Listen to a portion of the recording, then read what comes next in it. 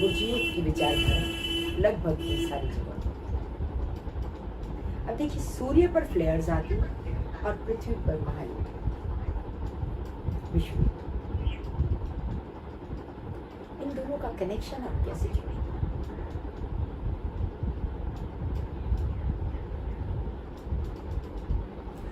एक महती इंटेलिजेंस की आवश्यकता है इसमें आपको समझने के लिए। एक बहुत गहरी इंटेलिजेंस की आवश्यकता है इस बात को समझने कि यहाँ कुछ भी, एक कण भी, मनुष्य को तो छोड़ो, एक चींटी भी, एक बैक्टीरिया ब्रह्मांडीय प्रभावों से मुक्त नहीं। 10 मिनट में मीटिंग खत्म हो जाएगा तो इनको रिज्वाइन करना होगा 5 मिनट में। अब सभी को रिज्वाइन करना पड़ेगा जो लोग ऑनलाइन हैं। ये टेक्निकलिटीज मेरी बेटी को आती है, मुदिता को, तो मुदिता बीच बीच में अनाउंस कर देगी, मुझे इसके लिए क्षमा कर सकते हैं आप सभी। ही अनाउंस कर सकते हैं माइक ऑन। एक बड़ी गहरी इंटेलिजेंस की आवश्यकता है इस बात को समझने कि सूर्य पर फ्लेयर्स, और 100 वर्षों में वो फ्लेयर, 100 वर्षों तक वो फ्लेयर तैयारी करेंगी निकलने की, 10 वर्षों तक वो चलेंगी, 90 वर्ष तक उनकी तैयारी होगी, और यहाँ एक महायुद्ध की उन 90 वर्षों में तैयारी चल रही होगी जब सूर्य अपने फ्लेयर्स को तैयार कर रहा है। और एक उदाहरण मैं दूंगी, ओशो ने इस उदाहरण को बहुत बार दिया कि पूर्णिमा के दिन और अमावस्या के दिन सबसे ज्यादा मनुष्य की जाति के ऊपर पागलपन छा जाता है। हमें पता हो या ना पता, कुछ न कुछ ऊटपटांग कर रहे होते हैं, हम रो रहे होते हैं, हंस रहे होते हैं, गाना गा रहे होते हैं, घूमने जा रहे होते हैं, झगड़ा कर रहे होते हैं, पत्नी बिना बात परेशान हो रही होती है, पति पत्नियों को मार रहे होते हैं, बच्चों को मार रहे होते हैं, हमें पता नहीं होता, लेकिन अनकॉन्शियस में सारी चीजें चलती रहती हैं। और इसीलिए एक बहुत पुराना शब्द हिंदी में है, चांद मारा, पागल की नींद से। जिस दिन चांद बड़ा हो जाता है उस दिन लोग पागल हो जाते हैं। जानते हैं क्यों हो जाता है? इंग्लिश में भी ये शब्द lunatic, attacked by the lunar चांद को, one who has been attacked by lunar, चांद मारा, लूनेटिक, पागल। क्यों? क्योंकि उस दिन चंद्रमा बहुत करीब होता है, पूर्णिमा वाले, और समुद्र के पानी में नमक, और समुद्र के पानी को वो खींच रहा होता है ऊपर की तरफ, ज्वार आ जाता है। और आप जानते हैं हमारे शरीर में भी 80% पानी, हमारा शरीर 80% पानी, जिसमें नमक की मात्रा अनुपात उतना ही है जितना समुद्र की जल। हमारे भीतर भी ज्वार आया होता है, हमें पता नहीं होता, हमारे सबकॉन्शियस को पता होता है, हमारे अनकॉन्शियस को पता होता है। कॉन्शियस माइंड को पता नहीं होता है कि हमारे खून में ज्वार आ गया, आज पूर्णिमा है। यदि जरा सा बोध हमें हो कि आज पूर्णिमा का दिन है, खून में मेरे ज्वार आया हुआ है, तो आज कुछ करने से बचें, गालियां कम दें, आज थोड़ा मौन धारण करें, थोड़ा सा बोध में हम आ जाए, चीजें रुक सकती। मैं फिर से प्रश्न कर रही हूँ कि इन सारी चीजों का इस बात से क्या संबंध है कि हम यहाँ क्यों हैं?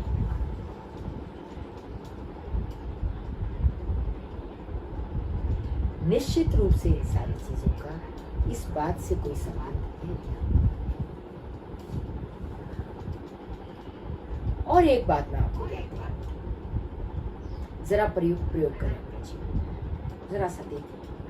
कभी चांदनी रात में बैठ जाए, आसपास पेड़ पौधे, पीपल का पत्ता, उस पर ध्यान लगाए, नीम का पत्ता, जो भी आपके आसपास, उस पर ध्यान लगाए। और जरा सा विज्ञान अगर आपको आता है तो आपको पता होगा कि आपका शरीर कार्बन, हाइड्रोजन, नाइट्रोजन, ऑक्सीजन, कुछ धातुएं, कुछ मिनरल्स, पानी, इन सब का जोड़,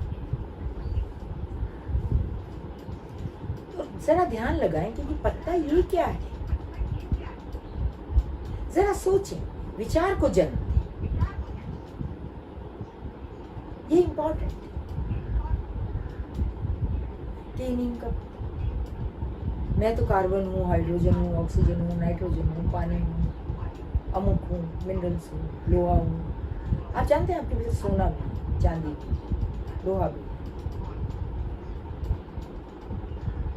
थोड़ी थोड़ी मात्रा, कोई 6 ग्राम, सारा कुछ नहीं, लेकिन जरा सोचें कि ये जो पेड़ का पत्ता है, ये जो फूल है इतना सुंदर हंसता, इसमें क्या है?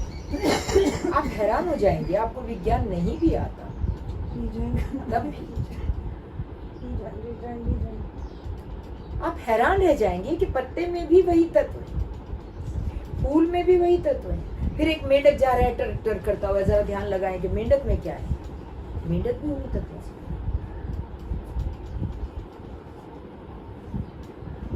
फिर एक चींटी जा रही है, केंचुआ जा रहा है, कुत्ता जा रहा है, एक बिल्ली जा रही है।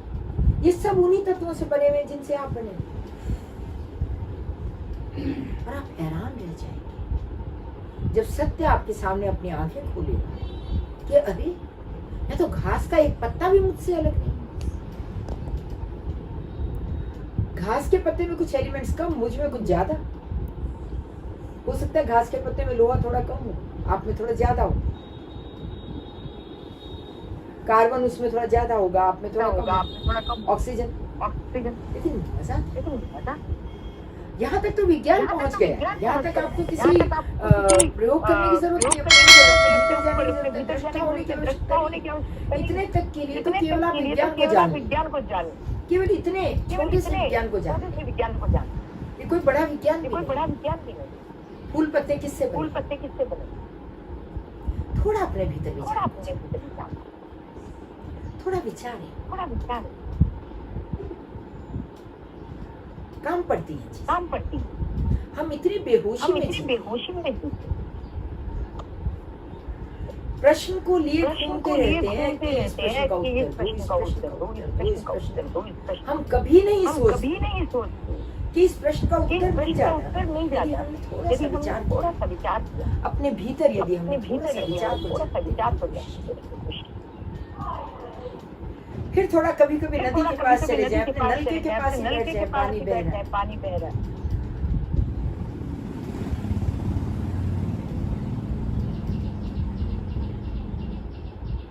ये ध्यान की विधि भगवान बार नदी के किनारे बैठ जाए, नदी की आवाज कल को। ये ध्यान की विधि है, लेकिन मैं तुमको और एक बात, कभी इस बात पर विचार करें कि पानी में और मुझ में क्या, मेरे भीतर जो पानी है और ये पानी।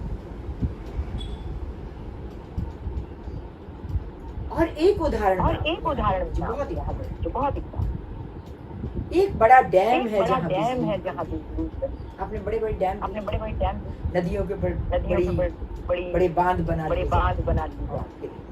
उनके ऊपर बांध का निर्माण होता है, उसके ऊपर एक चक्री लगाई जाती है, जो पानी का जो प्लांट हाइड्रो इलेक्ट्रिक पावर, उसमें एक डायनेमो लगा होता है।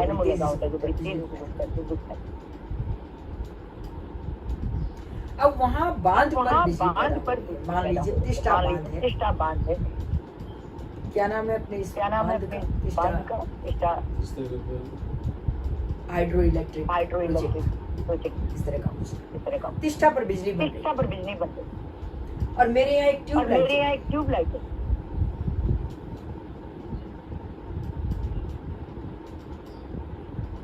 वहाँ हजारों वाट, यहाँ कुछ 10 वाट, 20 वाट, 50 वाट की ट्यूबलाइट।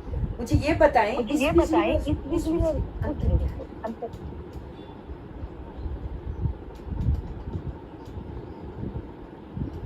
कोई अंतर? बिजली की क्वालिटी में, क्वांटिटी में अंतर। वो बहुत बिजली, बहुत ज्यादा है, ये बहुत कम। इसको चैनलाइज किया गया है, तारों में लगाया गया है, मोटे से पतले, पतले से पतले, फिर बिल्कुल पतला एक महीन तार से जोड़ दिया गया है कि 10 वॉट बिजली इसकी लाइट को चलाएगी। तो यहाँ 10 वॉट बिजली यहाँ आ जाएगी, एक बटन मैं यहाँ दबाऊंगी और उस बटन से ये बिजली चल जाएगी। लेकिन बिजली की क्वालिटी में कोई अंतर नहीं।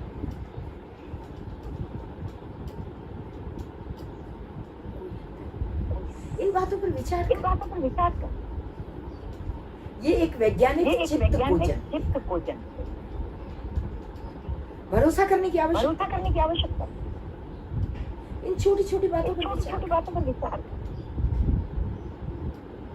यह आपके भीतर एक वैज्ञानिक दृष्टिकोण को पैदा होने देता है। बिजली की वही बिजली वहां चल रही है।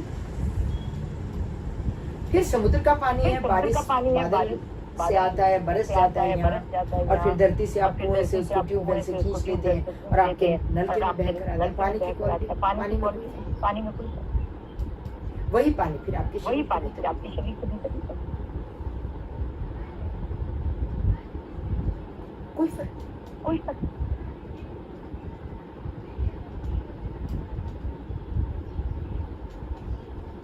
अब मैं हवा के एग्जाम्पल, आपके भीतर बड़ी मात्रा में हवा, आप दिन रात श्वास लेते हैं, आपको पता भी नहीं चलता। श्वास के सहारे ही आप जीवन से जुड़े। हवा बाहर भी बहती, हवा पहाड़ों पे भी बहती, हवा समुद्र के ऊपर और हवा आपके भीतर। क्या इन दोनों हवाओं में कोई फर्क?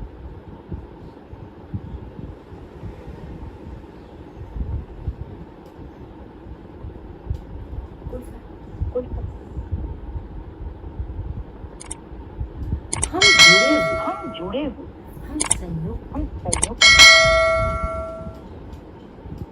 इस ब्रह्मांड के किसी भी ओर छोर यदि एक तिनका भी गिरता है तो उसका असर और यदि यहाँ एक तिनका गिरता है उसका प्रभाव ब्रह्मांड यहाँ सब सही, यहाँ सब जुड़ा हुआ। यहाँ कुछ भी अलग नहीं, ना मनुष्य अलग, ना भेड़ बकरियां अलग है, ना पशु अलग है, ना पौधे अलग, ना चट्टान अलग। अलग होने की यहाँ कोई स्थिति नहीं है, कोई गुंजाइश नहीं। फिर से मैं अपने प्रश्न पे आ जाऊं कि इन सारी चीजों इस प्रश्न से क्या सकता कि हम यहाँ